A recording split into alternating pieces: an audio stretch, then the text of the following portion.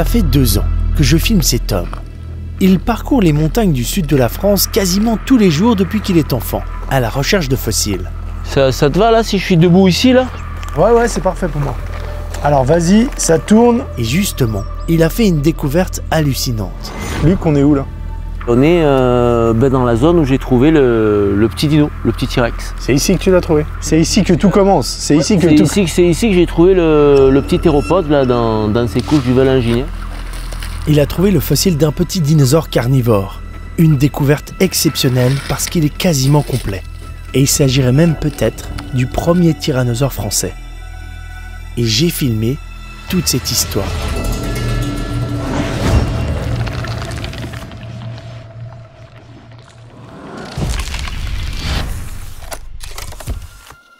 Alors, commençons par le début.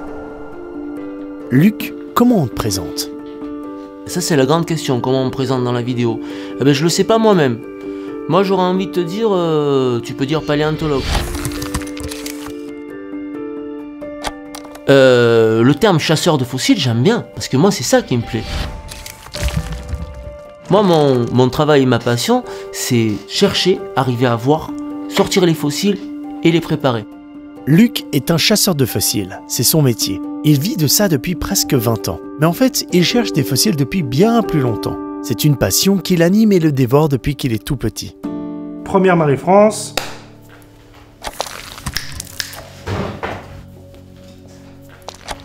Marie-France, pas de stress. Non, mais ça va, attends. Oui, je sais. Alors, la passion de Luc pour les fossiles, c'est d'abord une complicité intense entre un grand-père et un petit-fils.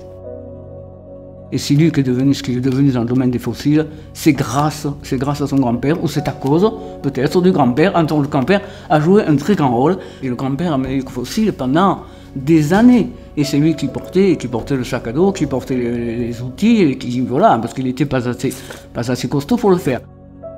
En fait, mon grand-père, il m'a mené jusqu'à l'âge de 12 ans, et c'était déjà extrême. Mais c'était déjà quelque chose d'essentiel, auquel je voulais consacrer absolument tout mon temps libre. J'ai essayé de lui faire autre chose, hein. J'ai essayé de le mettre sur des skis, ça ne descendait pas. J'ai essayé de lui donner des raquettes de tennis, il ne savait pas s'en servir. Rien ne l'intéressait hormis les fossiles. Dès que j'étais pas à l'école, j'étais au fossile tous les jours. Donc tous les week-ends, toutes les vacances scolaires, donc il m'a mené vraiment pendant très longtemps. Et il faut bien comprendre que pour lui, c'était quand même, à un moment donné, c'était vraiment énorme. Cet amour pour les fossiles et cet amour pour le grand-père ont pris des proportions extraordinaires, d'autant que le grand-père, à travers les fossiles, lui a transmis son amour pour la nature et pour la liberté. Et c'est là-dessus que Luc s'est construit. Donc ça vous donne déjà une idée un peu plus précise de pourquoi d'un coup il est devenu un fou de fossiles, voilà. Cet arrondi là, c'est une ammonite qui doit faire à peu près 80 cm de diamètre. Au début, Luc cherchait des ammonites, des mollusques à coquilles enroulées très nombreuses dans cette région. Il a ensuite trouvé des poissons, des reptiles et toute une série de monstres marins immenses, comme ces ichthyosaures remontés en 3D quasiment complets, longs de 8 mètres. Un reptile marin préhistorique. Il faut expliquer qu'il y a plus de 100 millions d'années, l'Europe ressemblait à un archipel d'îles. Il n'y avait pas beaucoup de terre.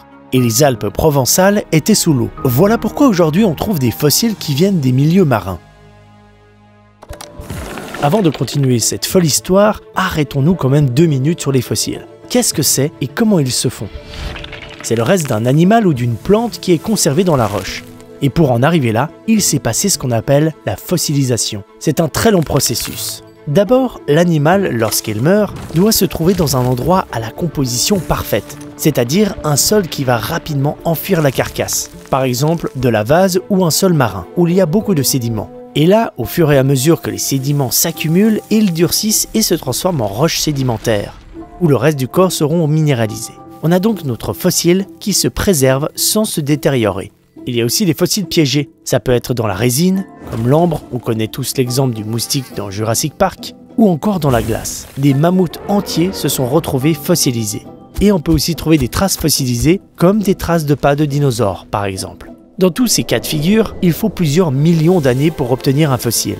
c'est un phénomène extrêmement rare. Une toute petite partie des êtres vivants seulement se sont retrouvés à l'état de fossiles, parce que généralement, les carcasses se décomposent et disparaissent rapidement. On estime que maximum 0,1% des organismes se fossilisent. Et ce sont ces quelques traces du passé qui nous ont permis et nous permettent encore aujourd'hui d'apprendre sur ces périodes passées.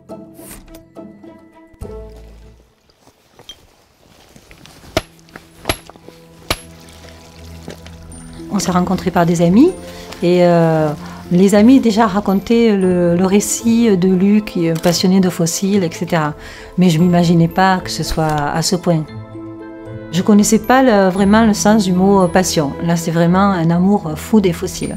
Quand je suis allée chez lui, la table de la cuisine était recouverte de petits bouts d'os d'ammonite. Ça faisait 6 ans qu'il dégageait le cimetière marin d'ammonite, qui était dans sa chambre. C'était déjà une œuvre incroyable. Sa passion, ouais, elle est complètement contagieuse, oui, oui. Même si moi, je ne suis pas du tout passionnée de fossiles, je ne savais pas ce qu'était une ammonite avant de le rencontrer.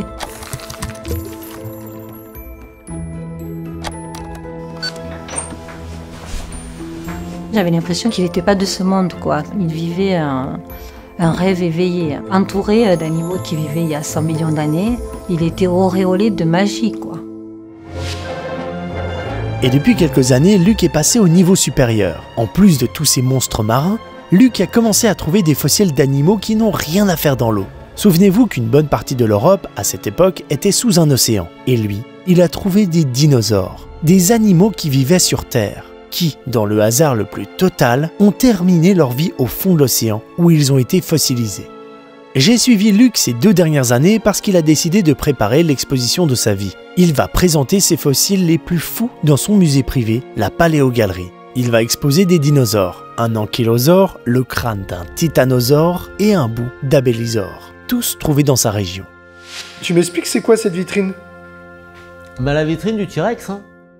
Et la pièce phare de l'exposition, c'est sa dernière trouvaille, le petit dinosaure carnivore.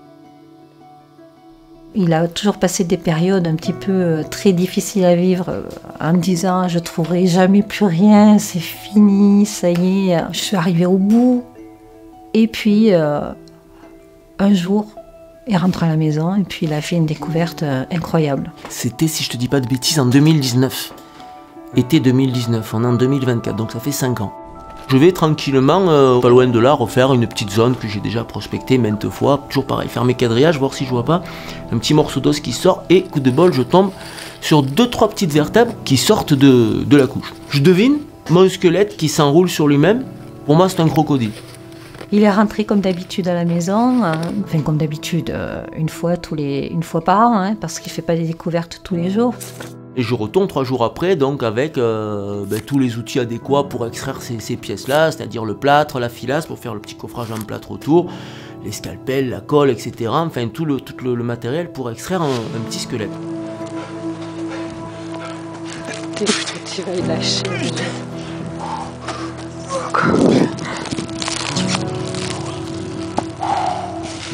Après, il disparaît dans son atelier pour passer des heures et des heures de préparation. Ça a toujours été, oui. Je commence donc à préparer avec les petits percuteurs pneumatiques, des choses comme ça. Au bout de 3-4 heures, je tombe sur une dent. Et puis la dent, je la regarde, je suis pas spécialiste des dinothéropodes, mais il y a quand même un peu des trucs basiques. Elle est assez plate, oblongue, et elle a surtout des petites crénelures sur le côté. Les serrations, on appelle ça. Ouh, je vois ça, je dis... c'est pas possible. Donc j'ose pas y croire, mais quand même, je commence à avoir le cœur qui tape un peu. Du coup, qu'est-ce que je fais? Je prends ma dent en photo et je l'envoie à tous les copains. Il m'appelle, il me dit « Ah, j'ai trouvé un petit squelette de croco, je suis trop content. » Puis après, il me renvoie une photo, il me fait « J'ai préparé une dent, là, c'est bizarre. »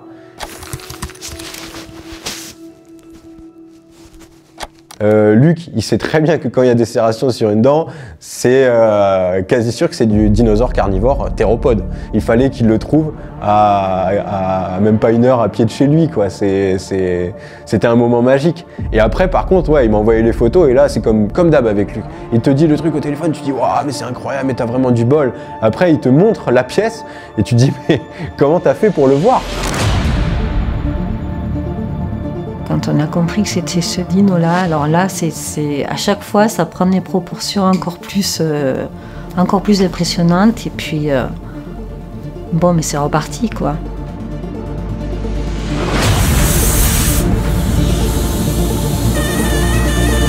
Ça, c'est des dents isolées. J'ai fait un plan absolument de tous les os que j'ai sortis. Dis-moi, on a quoi là? Ben là, c'est en fait tout le dossier photo de la préparation du petit T-Rex, d'un bout à l'autre. Et donc, on devine, vraiment on devine le squelette, c'est-à-dire toute la colonne qui est enroulée ici sur elle-même, tac. Mais tu vois, c'est vraiment très peu visible. Moi, si tu laisses ça comme ça, j'ai de la peine à comprendre ce qu'on Au regarde. début, les os sont vraiment fracturés, décalés, écrasés, poussiéreux, donc c'est vraiment pas beau. Et tout l'enjeu de la prépa, ça va être d'arriver à sublimer ça. J'ai vu qu'au centre du bloc, il y avait beaucoup d'éléments crâniens, mais qui étaient complètement désarticulés, pas visibles, écrasés, c'est-à-dire que les os en fait s'étaient collés les uns sur les autres et c'est des os de papier, c'est hyper fin. C'est la préparation la plus compliquée que j'ai jamais fait de ma vie. C'est la préparation aussi la plus délicate parce qu'il y a eu plusieurs moments où il a fallu prendre des décisions. T'as pas le droit à l'erreur, quoi. Donc tu sais pas si la décision que tu prends, elle va fonctionner ou pas. Tout le monde a cette image du T-Rex, du crâne. Et ça, les os sont là, mais il faut arriver à le restituer. Ça veut dire qu'il faut arriver à sortir tous les os un à un. Il faut arriver à les séparer pour pouvoir ensuite les reconstituer. Sauf qu'ils sont tous collés. Moi, je donne souvent l'exemple. Tu prends un plat de lasagne, tu vois, tu le fais bien sécher au soleil pendant 3 jours, histoire que tout soit bien collé, soudé, etc. Et après, tu essayes de séparer les lasagnes. C'était ça le crâne du T-Rex, là. Il y a beaucoup de choses à dire sur ce petit dino. Enfin, sur les dinosaures en général déjà. Ils ont vécu environ 165 millions d'années sur notre Terre. Je vous avoue que ça retourne un peu le cerveau. Et on ne connaît finalement que très peu de cette période. À titre de comparaison, l'humain à côté, c'est ridicule. Les plus anciennes traces d'ossements remontent à 2,8 millions d'années seulement, avec l'Homo habilis. Les dinosaures ont presque tous disparu il y a 66 millions d'années. Tous, sauf les dinosaures aviens, ceux qui peuvent voler, et qui sont toujours parmi nous, qu'on appelle plus simplement aujourd'hui les oiseaux. En ce qui concerne le petit dino de Luc, il l'a trouvé dans une couche du sol qui date du Crétacé inférieur. C'est une période peu connue pour les dinosaures en Europe, parce que, comme on l'a vu avant, la région était sous l'eau à cette époque. On ne sait pas encore exactement à quelle espèce appartient le dino de Luc. Mais ce dont on est sûr, c'est que c'est un carnivore grâce à ses dents, et certaines même feraient penser à celles du tyrannosaure. Cette famille dont est issu le très connu T-Rex, d'où son petit surnom Petit T-Rex. Donc notre dino se trouve dans cette branche, les théropodes, celle où se trouvent les tyrannosaures et tous les autres carnivores et qui représenteraient seulement 5% de l'ensemble des dinosaures. En résumé, on a donc un dinosaure carnivore. Déjà, c'est rare, mais en plus c'est un juvénile, donc c'est ultra rare. Il viendrait d'une période historique où c'est surprenant d'en trouver et il a été découvert dans une zone très pauvre en dinosaures. Donc ma question, qu'est-ce que ce dinosaure faisait là? Voilà l'hypothèse de Luc. Le petit dino serait mort à côté d'un cours d'eau. Il se serait momifié et par chance personne n'aurait mangé la carcasse. Il aurait été ensuite emporté par l'eau, peut-être par une rivière, une vague, jusqu'à la mer. Il aurait flotté un petit moment et certainement à ce moment-là, les parties les plus externes et les plus lourdes qui pendouillent, la fin des pattes arrière et le bout de la queue, auraient été mangées par les poissons ou des petits prédateurs. Ensuite, la carcasse se serait déposée au fond de la mer et elle aurait été recouverte par les sédiments, ce qui aurait permis le processus de fossilisation. Est-ce qu'on peut comprendre ce qui lui était arrivé? Est-ce qu'il s'est fait attaquer par une bestiole? Enfin, il est mort de quoi? Pour l'instant, mon interprétation en l'état actuel des choses, on est sûr que c'est un dino subadulte, c'est-à-dire un ado en fait. Pas un bébé, mais un ado. L'adolescence, c'est l'âge le plus critique pour un carnivore. C'est le moment où tu dois commencer à subvenir à tes propres besoins par toi-même. Donc pour moi, cet animal, il est mort de faim. Par contre, le miracle, c'est qu'avec la façon dont l'animal est mort, la colonne vertébrale avait complètement serti, si on peut dire, le crâne là, qui se retrouve au milieu. La colonne a fait une sorte de barrière tout autour qui a fait que tous les os crâniens ont pu être conservés en place. Et toi, du coup, tu as refait toutes les pattes et une partie de la queue. Voilà, tout à fait. Moi, pour le rendu esthétique, donc j'ai restauré les parties manquantes, c'est-à-dire que j'ai sculpté, en me basant sur les formes les plus proches, les os qui pouvaient manquer pour vraiment redonner à cet animal un aspect le plus proche de l'aspect d'origine, qui soit toujours pareil, qui soit de plus en plus parlant.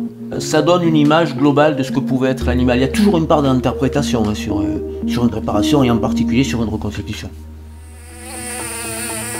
À partir de là, Luc va travailler à fond pendant 1 an et demi. Ils se rendent rapidement compte qu'il y a une grande partie du squelette, 70%. Et ce qui est assez fou, c'est qu'il y a plus de 90% du crâne. C'est énorme pour un fossile. Alors pour un dinosaure, c'est juste dingue. Il entre en parallèle en contact avec des scientifiques pour les inviter à venir étudier ce spécimen. Après quelques mois de discussion, un spécialiste allemand de l'évolution des théropodes arrive dans l'atelier de Luc et découvre pour la première fois le petit dino. So this is finally the specimen. Oh yeah, nice. When you touch them, you have to be very careful. I know. Because it's you know, just to show you, with this kind of preparation, it's paper bones. You see. Okay. First impression is that the fossil is pretty amazing and great quality. So first of all, the specimen is really great. It has an excellent preservation thanks to the preparation of Luke, who did an amazing job in not only excavating but also preparing the specimen. The colon was completely in connection and turned around like this, and the skull was in the middle, but completely disarticulated, you know. After these 2 days, I think I have now a first idea to which predator group it belongs. It will be probably named a new species. It's not a direct ancestor of the Tyrannosaurus, I think, but a close relative of the Tyrannosaurus. The skull is almost complete here. This is great, so there is nothing more you can have. Ok, ce n'est pas le tyrannosaure qu'on connaît tous, mais peut-être un parent proche de cette espèce. Après le départ du paléontologue, la prochaine étape va être de scanner les os du petit dino pour poursuivre l'étude. C'est une technique souvent utilisée en paléontologie pour observer à l'intérieur des os et obtenir toujours plus d'infos sur l'animal. Quelle espèce c'est, comment il est mort, peut-être. Mais ce genre d'analyse demande un certain budget. Luc a alors trouvé une autre solution. Le scan, tu l'as fait dans un hôpital. C'était super coûteux de passer par des structures publiques. Donc, moi j'avais la chance d'avoir un ami radiologue hein, dans un hôpital. Donc on a passé tous les os du petit T-Rex, c'était rigolo d'ailleurs, hein, avec à l'hôpital. Donc même genre de scan que ce qu'on passe pour une hernie ou quoi que ce soit. Ah si, c'est bien. Oui, c'est mieux, ouais. Des coupes de profil et des coupes de face. Donc on voit bien les deux fémurs là.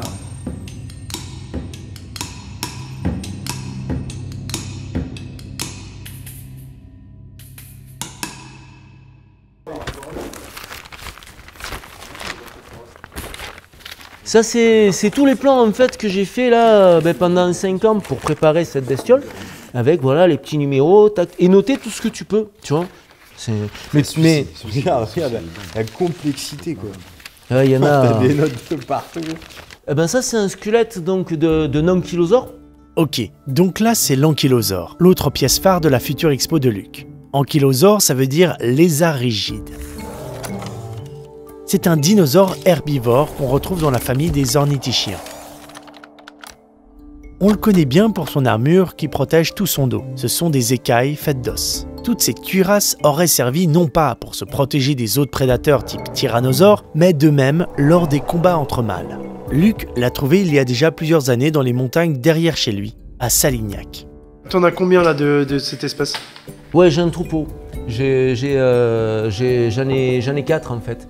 Quand il l'a trouvé, les os étaient totalement éparpillés. Luc a dû tout rassembler. Il a ramené différents blocs de roche dans son sac à dos, les a préparés, donc sorti les fossiles des pierres, et ensuite a commencé une sorte de puzzle avec des pièces. Enfin, beaucoup de pièces. En plus, très abîmées par l'érosion. Au final, il a dégagé un ankylosaure à 70% complet. Tout ça lui a pris 5 ans. Luc a toujours travaillé seul, mais depuis quelques années, il s'est entouré d'une équipe. D'autres indépendants comme lui, avec aussi leurs propres projets. Mais là, ils travaillent tous ensemble pour la fameuse expo. C'est la première fois de ma vie aussi qu'on fait une exposition avec beaucoup de monde, toute l'équipe. Jusqu'à maintenant, les expositions, c'était toujours familial. Moi, je faisais le boulot de préparation et puis après, on organisait les expositions avec Edith, ma compagne, ma mère un peu.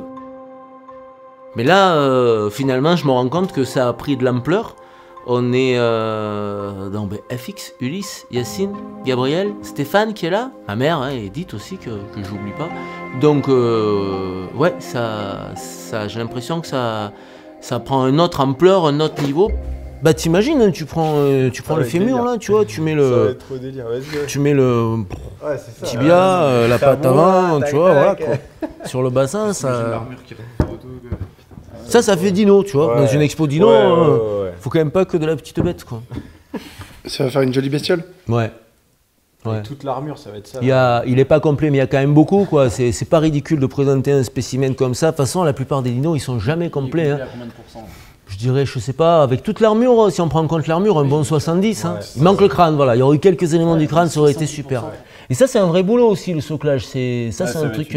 Puis là, c'est quand même assez complexe, ça va être rigolo. Voilà. Mais c'est toi, Luc, qui donne un petit peu tes idées comme maintenant ou eux, non. tu fais... Non, honnêtement, voilà, là on se base déjà. En fait, là pour avoir la position exacte des os, choisir quelles plaques viennent devant, derrière, il y a toujours une part d'interprétation, mais ça c'est super qu'on ait des scientifiques dans l'équipe. Nous après on va dire on réfléchit un peu ensemble sur les positions esthétiques parce qu'on aime bien l'esthétique et puis après le côté technique là pur et dur c'est gamme hein. C'est entre autres choses. On se réjouit de voir ça dans 6 mois alors. Eh ouais bah tout le monde a hâte de voir. Ouais, c'est clair.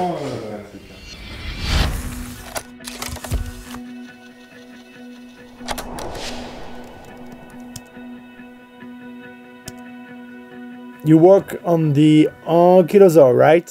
Yeah, it's a honor to work on this ankylosaur because these specimens are very rare and it can really bring really important information about the group of ankylosaurs, how they spread on Europe, what kind of groups existed here, and so on. My name is Attila Ősi and I am a professor here in Budapest at the Eötvös Loránd University. In Europe, ankylosaurs from this period, from the early Cretaceous, are very rare. There are 5 or 6 species of ankylosaurs that have been described in the last 200 years, and 4 of them are from England. So I can tell that from this period of life, from France, this is the best preserved ankylosaur specimen ever. And also in Europe, it is really important. What do you think of the work of Luc? For what he prepared, this is unbelievable, like he is not from this planet. It's a treasure, I think, of France to have this guy, and I think Luc Herbaut should get all support to continue his work, which is not only good for that region, for Salignac, but also for France. À ma connaissance, j'ai jamais vu un dinosaure articulé aussi bien préparé et aussi complet. Il y a eu très peu de morceaux d'ankylosaures trouvés en France. Il n'y a eu jamais eu de squelette articulé. En fait, la grosse difficulté en France, c'est pas tellement de trouver du dinosaure. Ça peut arriver, moi ça m'arrive de temps en temps. Mais de tomber sur une bestiole articulée, ça n'arrive jamais. Sauf à Luc, ça arrivé 10 fois. Donc ouais, non, ce gars, il a quand même quelque chose, je pense. Voilà. Du coup, ça, la ligne, là. Ligne 3. Donc ça fait, alors là ça ferait ça, attends, après je ferai un peu plus propre, mais là ça ferait, on a dit. Donc ça ferait, alors attends, là ça fait une ici, tac, tac, tac. Faut qu'il n'y en ait qu'une par ligne. Ouais, c'est ça. Ouais. Donc G1, H1, I1, et pareil à côté, G1, H1, et là c'est 2 I1. Tu pourrais faire le numéro? Ouais, avec un point. Ouais, mais tu vas pas te mélanger entre la 11, le 1.1, le... Tu sais, des fois, les lettres, au moins c'est clair, quoi. Tu le numérotes, 1, 2, 3, 4, 5, là pareil, 1, 2, 3, 4, 5, on fait pas la différence entre cette ligne-là. Sérieux? Bah, il y a toutes les plaques à socler, il va pas falloir se planter, et on sait pas encore comment techniquement les socler. Donc là, il y a encore, il y a encore un peu d'incertitude. Ouais, ça va être marrant, mais challengeant. Tu numérotes, tu n'as qu'à mettre tes numéros, 1, 2, 3, 4, 5, 6. Tous les os de l'ankylosaure sont prêts. Maintenant, on peut commencer une nouvelle étape pour Luc, monter la bête en 3D, c'est-à-dire assembler les os et lui redonner son allure de base. C'est le soclage. Et c'est Gabriel qui va s'en charger avec Antoine, spécialisé dans la ferronnerie.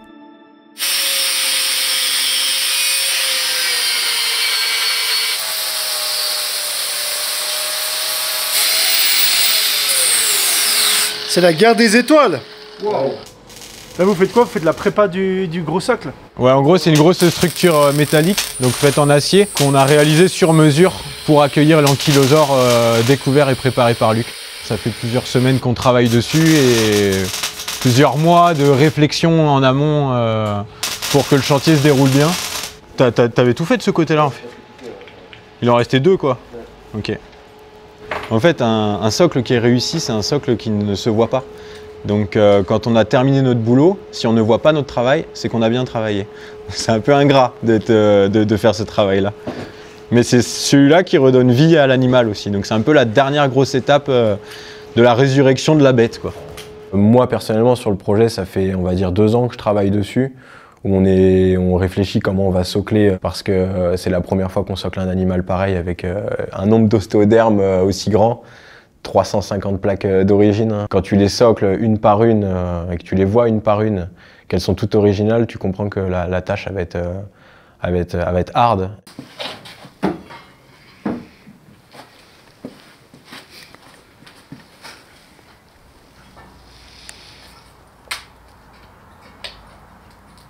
C'est pas haut comme bestiole. Hein.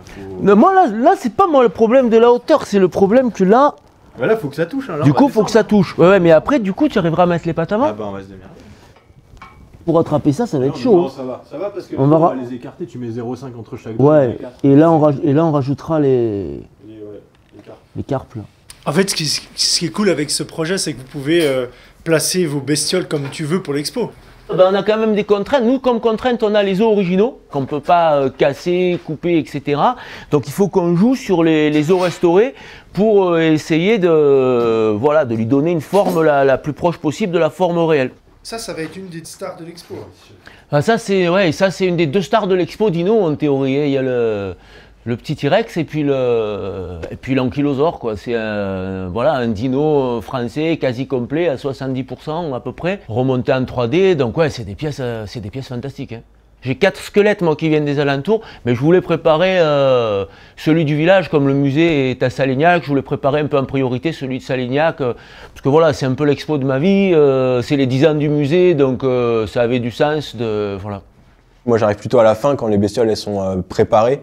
Donc voilà, moi ça représente que on va dire 3% du temps total nécessaire sur une bestiole. Mais ces petits 3%, ils vont permettre en fait que l'animal existe. On va lui donner sa posture anatomique, on va lui donner son volume. Oh la 8. Ouais. C'est bizarre là. C'est celle-là. Les gens ils se rendent pas compte qu'il y a tout ce travail de montage, de prise de tête, d'emplacement des côtes, etc. C'est assez fou hein, quand même. Quand tu vois un fossile dans un musée, il y a absolument rarement un panneau qui t'explique tout le processus, tu vois, entre la découverte, la préparation. Même pour quand on fait le soclage, quoi, ça arrive que t'aies de la casse aussi. Il faut être capable de recoller tes os, pas les perdre. Puis là, si on perd un bout d'os, on se fait tuer, on se fait tuer. Mais vous êtes des professionnels. Ouais. Normalement. On te dira ça à la fin.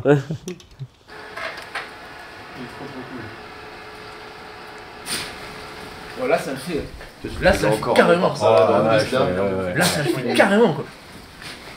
Ça fait du bien parce que jusqu'au bout du bout, c'est vraiment, tu passes 5 ans à préparer une bestiole et c'est voilà, les dernières semaines que tu vois ce que ça donne en fait. Hein.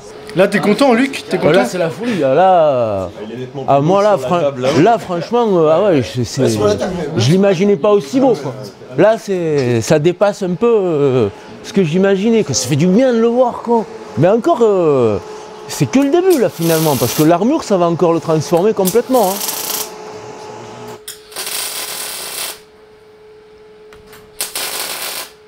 Et t'as ramené ça dans ton sac à dos quand même.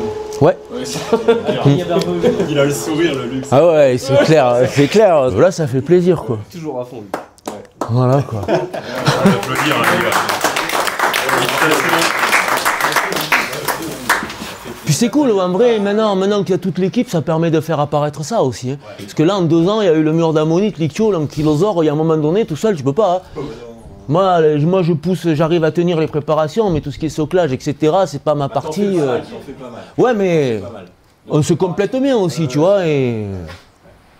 Ah, c'est cool. C'est ta famille, quoi. Ouais. L'ankylosaure, hein, pas eux. c'est fou ce qu'un individu a comme capacité de travail, comme force physique, lorsqu'il fait quelque chose qui le passionne. Impressionnant. Et là, c'est vrai que bon, ça a pris des proportions. Je dis, c'est plus de la passion, c'est une pathologie lourde. C'est vrai. Mais quand je vois ce qu'il a fait, ce qu'il a sorti, je me dis qu'il fallait ça pour sortir ça. Et moi, j'en suis très fier. Franchement, moi, j'en reviens pas quand je vois ce qu'il est arrivé à faire. Et puis cette évolution, parce qu'au départ, c'est pas évident de sortir en fossile, ça ne démoule pas en fossile. Hein. Il redonne vie à des animaux qui vivaient il y a 100 millions d'années, dont il ne reste que des morceaux de pierre. C'est vertigineux. Ce qu'il a fait, c'est vertigineux.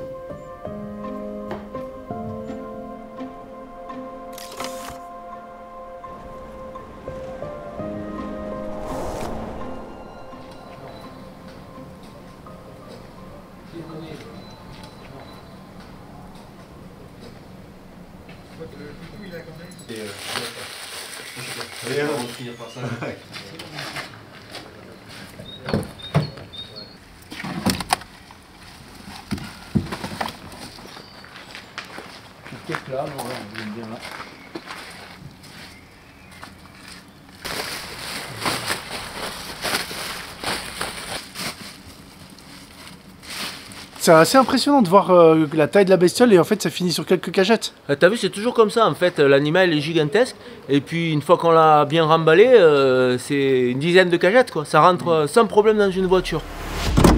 L'ankylosaure est maintenant complètement terminé. L'armure a été mise, toute l'équipe amène le dinosaure à la Paléogalerie. Il est 20 h et nous avons 1 heure de route devant nous, et encore plusieurs heures de montage. On va certainement y passer la nuit. Il est 22 h et on est au Paléogalerie dans le musée avec Gab qui est complètement fatigué. Ça va, t'inquiète. Ils ont déjà commencé à monter l'ankylosaure, donc c'est un moment historique un petit peu de cette... C'est un moment historique. Ah, c'est un moment historique, clairement. C'est parti alors, montage de l'ankylosaure. C'est écarté, c'est normal, il tient là? Sûr? Attends, là il appuie dessus, il y a un truc qui va pas là. Encore les pattes. Les pattes et la tête.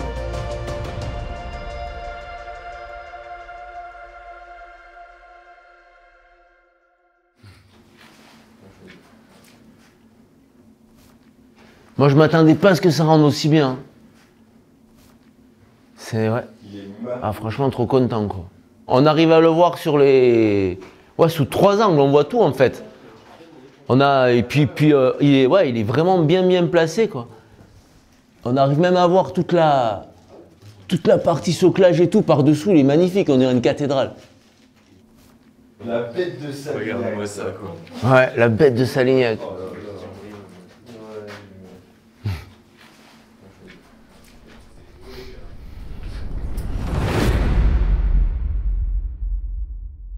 On est le 26 mars. Aujourd'hui, je vais découvrir le T-Rex. Mais il est où, le petit T-Rex? Dans le coffre-fort. Vas-y, sors-le-moi là. C'est quand même hyper fragile. Ça reste toujours des os de papier quoi. Donc voilà la bête. Hop, tu vois le profil. Oh putain. Mais attends, il y a de la reconstitution là pour... Très peu. Je les ai laissés pas. Les dents elles sont d'origine. Les dents, bah tu vois, tu le vois, tu vois. Ça c'est les dents, ça c'est les dents d'origine. T'en as plus de la moitié quoi. Les dents restaurées, elles sont en blanc. T'as mis combien de temps pour le monter? J'ai passé les 12 derniers jours, tous les jours là, vraiment j'étais dedans du matin au soir, journée de 12 heures, la journée d'autiste, là je ne levais pas le nez. Et là, il est bientôt à phase finale. Enfin, là, le crâne est fini. Maintenant, la dernière chose, ben, c'est déjà presque en place, c'est de le réincruster à sa place sur le bloc. Donc là, on va avoir le crâne à sa place, mais dans sa position d'origine, avec les os vraiment remontés en 3D. Alors que sur le fossile, ben, tous les os avaient été désarticulés, donc on ne voyait rien. Là, maintenant, je pense que les gens, même qui ne connaissent pas, ben, on reconnaît un dinosaure carnivore. Un petit T-Rex ou enfin quelque chose très proche de cette famille-là. On va le repositionner sur son crâne. Chaque fois, il faut faire gaffe qu'il n'y ait pas une dent qui touche, etc. Donc voilà, tu vois. Mais vous êtes les premières personnes qui le voient monter complet, parce que j'ai fini le crâne il y a 4-5 jours, donc à part ma copine, il n'y a encore personne qui l'a vu. Ça, je vais la poser, tac, voilà. En fait, moi, quand je trouve mes os poussiéreux et tout pourris, finalement, c'est ça que je vois. Plus ou moins, hein, après ça évolue. Mais presque au moment où je le trouve, je suis le seul à le voir. Et finalement, mon boulot d'artiste, entre guillemets, c'est qu'à la fin de la préparation, tout le monde doit voir un peu ce que moi je vois au départ, parce que moi, ça me procure cette image.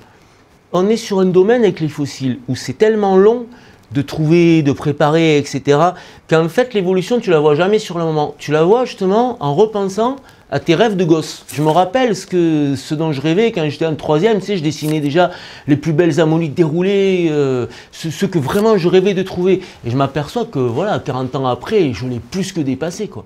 Et ça, c'est un symbole, quoi. Franchement... Mais tu pensais que tu allais trouver un petit thérapeute comme ça? Non, mais ça, il y a même, juste avant de le trouver, je le pensais pas. Ça, c'est le truc... je te dis, là, ça te rend presque mystique, ça. C'est le truc presque impossible, ça.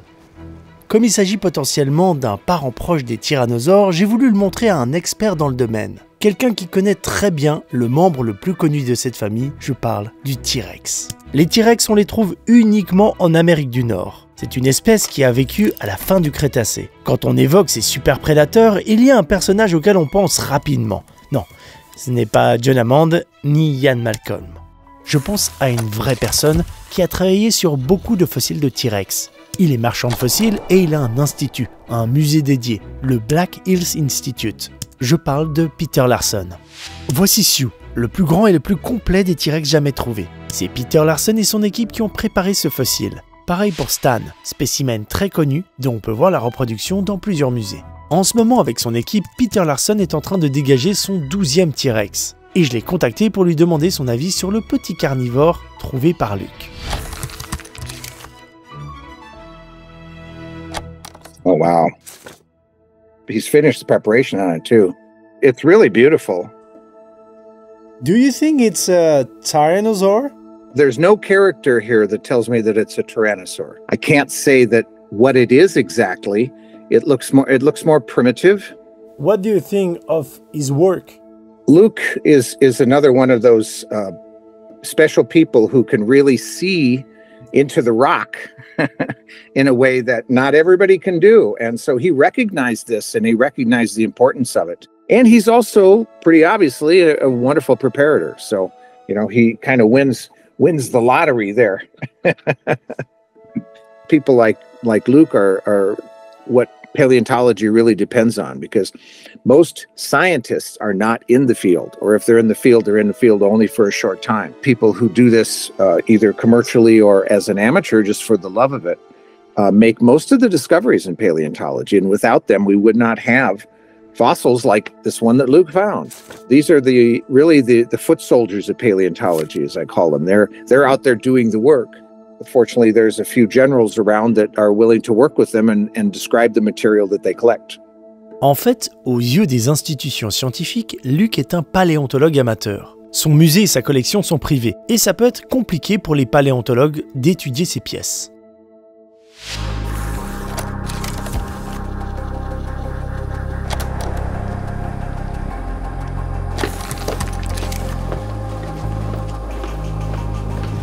I know Luke Ebou. He's a superb paleontologist. He is one of the best preparators I've ever met. David Martil est un professeur de paléontologie anglais. Il est connu pour avoir écrit un nombre important d'études sur des dinosaures, et surtout sur son cousin volant, le ptérosaure. La BBC a même fait appel à lui comme conseiller scientifique pour une série sur les dinosaures. Paleontologists come across quite a few problems. One of the big problems that we have is that when we see a fossil that we believe to be a new species, we're not allowed to describe it if the specimen is in a private collection. We're not allowed to publish a paper naming that species unless that specimen is in some form of public ownership. And the reason is that we want the original specimen to be available to any scientist to come and look at the original specimen. Some of the specimens that Luke has found are scientifically very, very important. The little dinosaur that Luke has found is just amazing. We very, very rarely see them three-dimensional. The bones, although they were scattered, they were all perfect. So as individual bones, they could all be put back together and the skull rebuilt. you actually can hold and you can move the jaws. It's absolutely beautiful. And nobody has done that before for a European theropod. So we have a bit of an issue about the status of his museum. Pour étudier un fossile, pour le rendre publiable, il faut qu'il soit donné à une institution publique.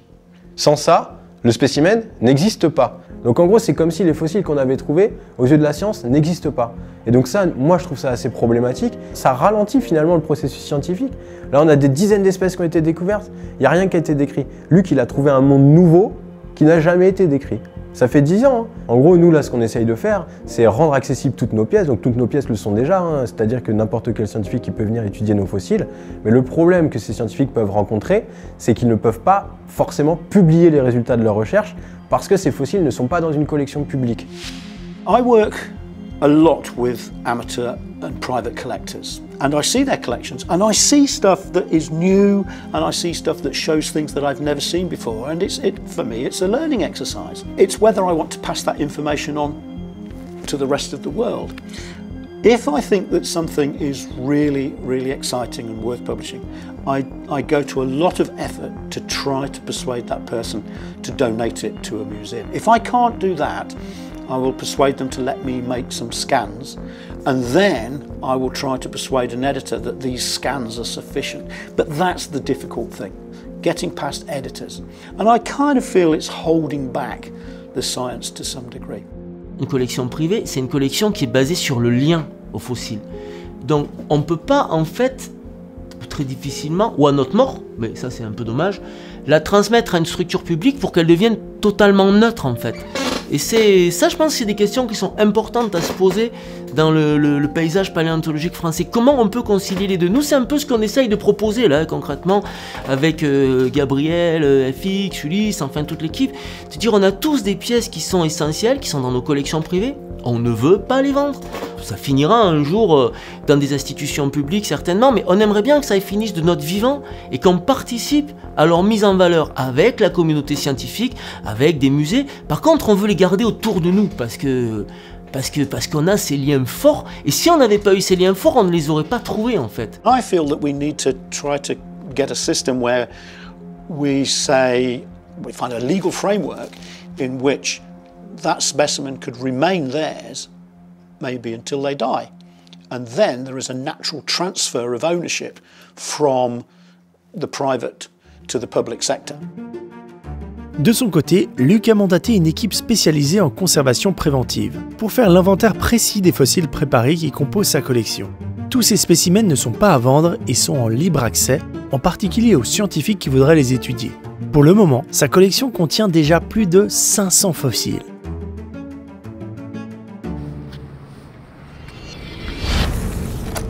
On quitte les ateliers artisanaux du Sud pour aller dans un milieu dont on parle beaucoup dans les médias et qui se fait aussi critiquer par les paléontologues, la vente aux enchères de fossiles. J'ai été voir le montage d'un T-Rex construit avec 3 différents tyrannosaures, Trinity, juste avant sa vente aux enchères, organisée à Zurich. Normalement, ce fossile devrait être vendu pour plusieurs millions. Il y en avait jusqu'à présent que 2 ventes de T-Rex dans le monde. Il y avait Sue en 2008, qui a été vendu à un musée à Chicago. Puis il y avait Stan en 2020 pour 31,8 millions de dollars. Donc c'est la 3e fois au monde et la première fois en Europe qu'il y a un T-Rex en vente.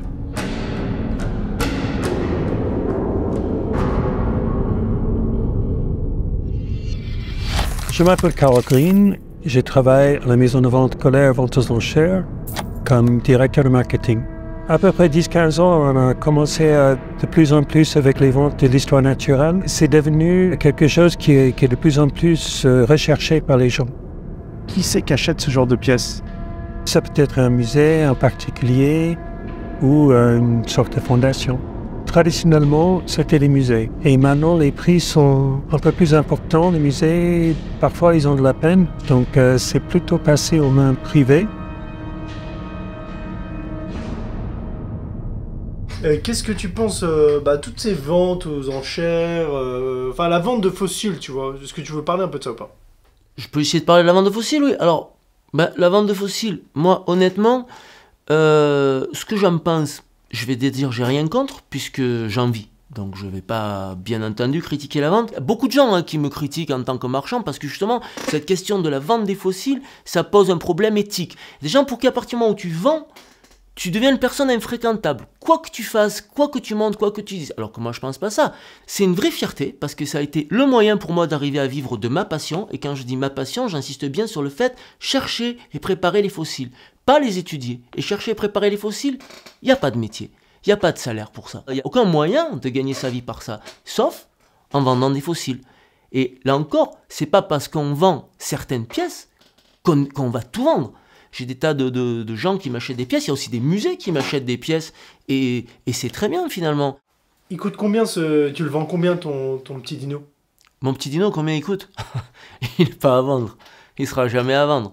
Mon petit dino, c'est la pièce de ma vie, si je le vends, je me vends moi-même, donc ça c'est... Il n'est pas à vendre, à aucun prix. J'entends même pas les prix qu'on pourrait m'en proposer. C'est le sens de ma vie, ça se vend pas ça.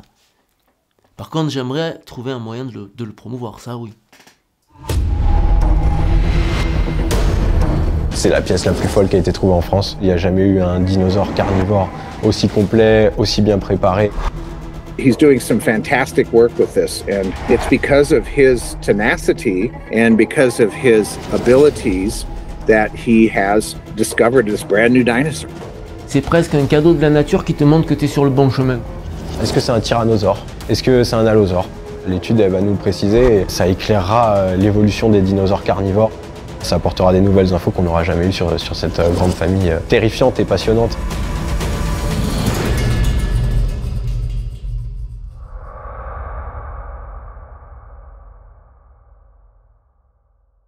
Tu me filmes, Julien? Bah ouais. C'est tout gros, c'est tout bon le bleu. Ouais, vas-y, vas-y. La bagnole elle passe.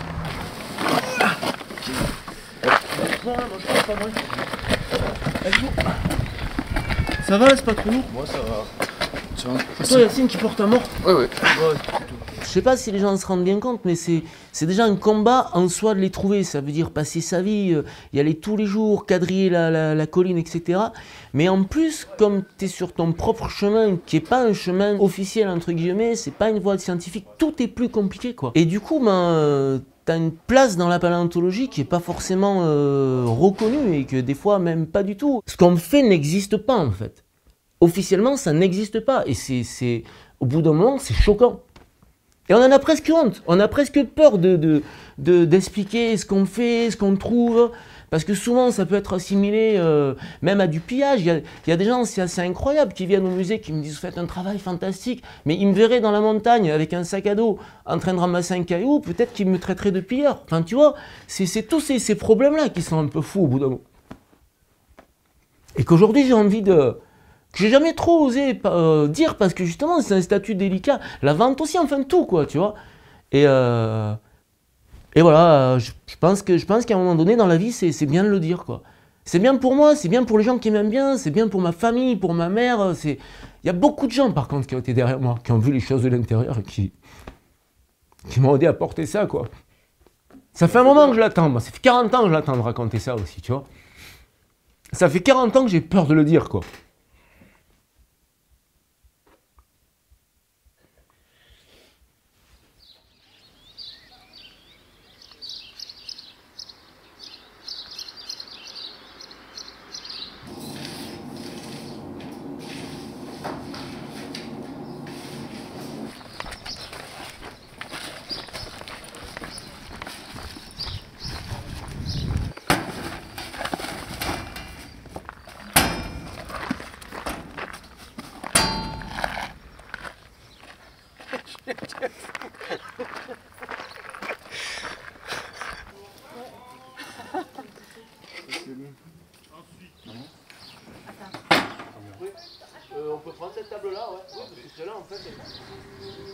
Bon, que vous dire à l'ouverture de cette exposition? Pour moi, beaucoup d'émotions, mais aussi beaucoup de fierté. Merci à ma famille, merci à mes amis proches, venus nombreux, et merci également à tous les anonymes venus visiter le musée depuis sa création et dont les commentaires figurant sur le livre d'or m'ont conforté dans mes projets et soutenu dans ma démarche. Mon parcours est atypique, hors des sentiers battus, souvent incompris, parfois même contestés. Pourtant ce soir, il me semble que le résultat est là, comme preuve qu'il existe plusieurs manières d'apprendre le monde. C'est ce parcours fait d'une relation fusionnelle avec la nature qui m'a permis de découvrir et de dégager les spécimens que je vous présente aujourd'hui, et qui sans cela auraient définitivement disparu au fond des vallons, irrémédiablement détruits par l'érosion. J'ai la conviction de servir la paléontologie. Les spécimens découverts sont depuis toujours à la disposition de la science pour études et publications. Après quoi, mon rôle, ma passion, consiste à les sublimer sur leur gangue de pierre pour les révéler dans toute leur beauté artistique. Car comme vous l'aurez compris, j'ai placé le sens de ma vie dans les cailloux de mon pays. Je vous remercie.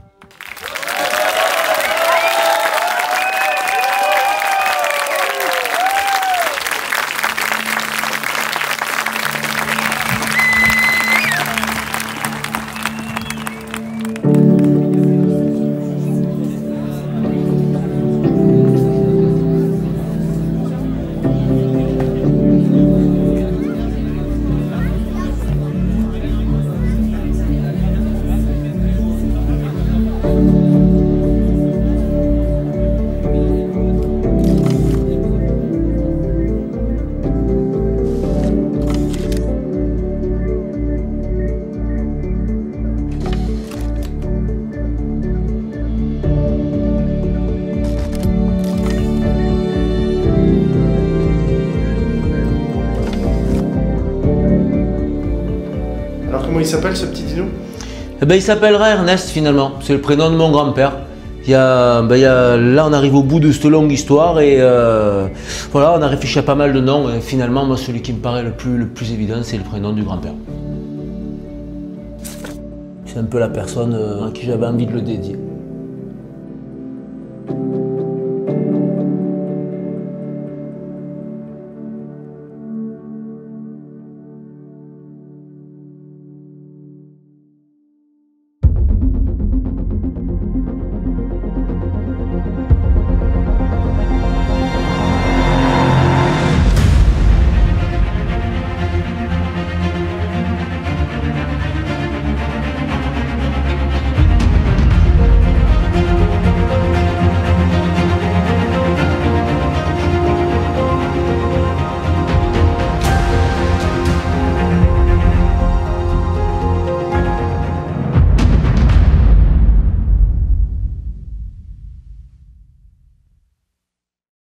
Gab, je ne pouvais pas terminer cette vidéo sans que tu nous expliques ce que tu as trouvé, parce que toi aussi tu as fait une découverte assez incroyable. Est-ce que tu peux nous expliquer?